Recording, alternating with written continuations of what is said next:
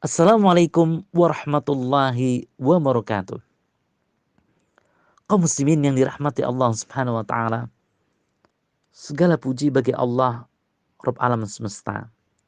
Dialah yang menciptakan kita semua. Dialah yang menjadikan manusia berpasang-pasangan. Dialah yang menjadikan suami istri rasa cinta dan kasih sayang.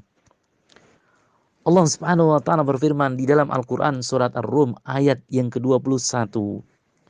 Wa min ayatihi an khalaqalakum min anfusikum azwaja litaskunu ilaiha wa ja'ala bainakum mawaddatan wa rahmah inna fi dzalika la ayatil liqaumin yatafakkarun. Dan di antara tanda-tanda kebesarannya ialah Dia menciptakan pasangan-pasangan untuk kalian dari jenis kalian sendiri, agar kalian cenderung dan merasa tentram kepadanya, dan Dia menjadikan di antara kalian rasa kasih dan sayang.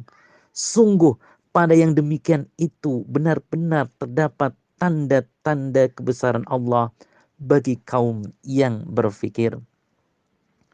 Salawat beserta salam senantiasa tercurahkan kepada Nabi kita Muhammad sallallahu alaihi wasallam. Beliau telah memerintahkan dan memotivasi kepada siapa saja yang berkemampuan untuk menikah agar segera menikah. Dalam hadis yang diriwayatkan oleh Imam Muslim, Rasulullah sallallahu alaihi wasallam bersabda, "Ya ma'syarus sabab, man istata'a minkum al-ba'a falyatazawwaj wa man lam yastati' fa'alaihi bis-shaum fa inna lahu wija." Kami ulangi, ya ma'syarus syabab, man istata'a minkum al-ba'a falyatazawwaj wa man lam yastati' fa'alaihi bis-shaum fa inna lahu wija.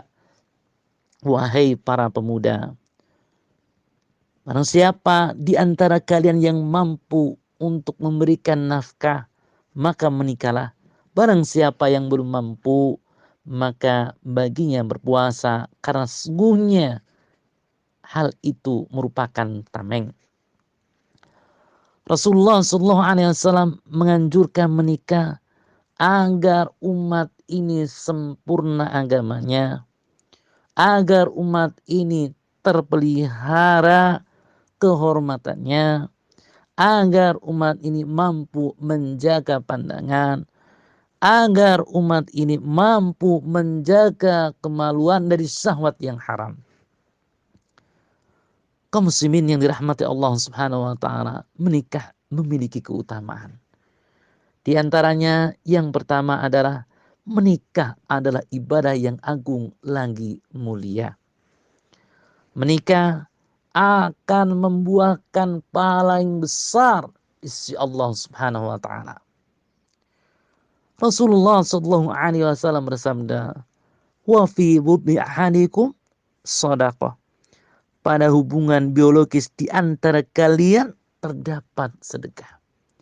Dengan menikah kita menyalurkan syahwat kita di tempat yang halal, dan hal ini membuahkan pahala. Hal ini bagian daripada ibadah. Yang kedua, menikah akan menjalin rasa cinta dan kasih sayang antara suami dan istri. Cinta dan kasih sayang yang tulus, cinta dan kasih sayang yang ikhlas, cinta dan kasih sayang yang kokoh tak dapat diwujudkan melainkan dengan tali ikatan pernikahan. Rasulullah sallallahu alaihi wasallam bersabda, "Lam nara dil mutahabbaini mislan nikah." Tidak pernah terlihat dua orang yang saling mencintai seperti pernikahan. Kaum muslimin yang dirahmati Allah Subhanahu wa taala. Yang ketiga, menikah merupakan sarana memperoleh anak, sarana memperoleh keturunan. Kaum muslimin yang dirahmati Allah Subhanahu wa taala. Ketika kita hidup di dunia ini, tentunya kita ingin memiliki keturunan.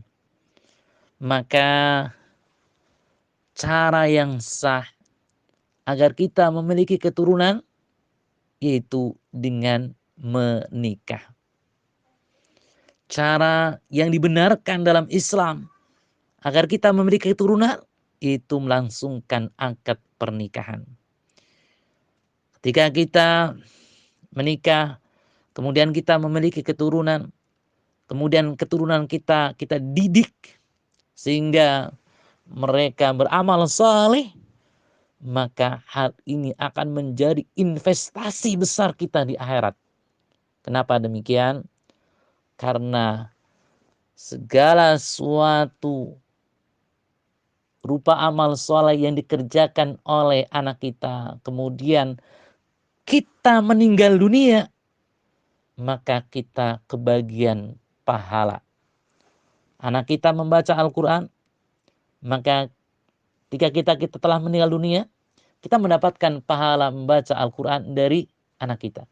Anak kita berhaji, anak kita bersedekah, kita pun kebagian mendapatkan pahala tersebut. Ya.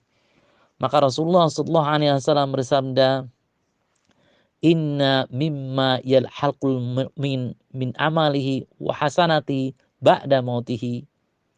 Sesungguhnya di antara amal kebajikan yang akan dijumpai oleh seorang mukmin sepeninggalnya.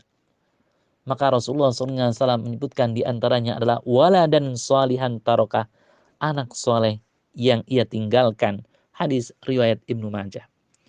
Bahkan ketika anak kita sering berdoa kepada Allah Subhanahu wa taala dengan doa Rabbighfirli wali walidayya warhamhuma kama rabbayani shaghira. Anak kita berdoa kepada Allah agar dosa-dosa kita diampuni oleh Allah Subhanahu wa taala. Ya. Nanti kelak ya di surga derajat surga kita akan meningkat. Hal ini berdasarkan hadis Rasulullah SAW yang diriwayatkan oleh Imam Bukhari bahwa sungguhnya Allah Subhanahu wa taala akan meninggikan derajat surga bagi hamba yang saleh. Kemudian hamba tersebut tanya kepada Allah, "Ya Rabb, ana li hadihi." Wahai Rabbku, kenapa jadi seperti ini? Ya. Kenapa surga saya tingkatannya jadi tinggi? Maka Allah Subhanahu wa taala berfirman, "Bistighfari waladika laka."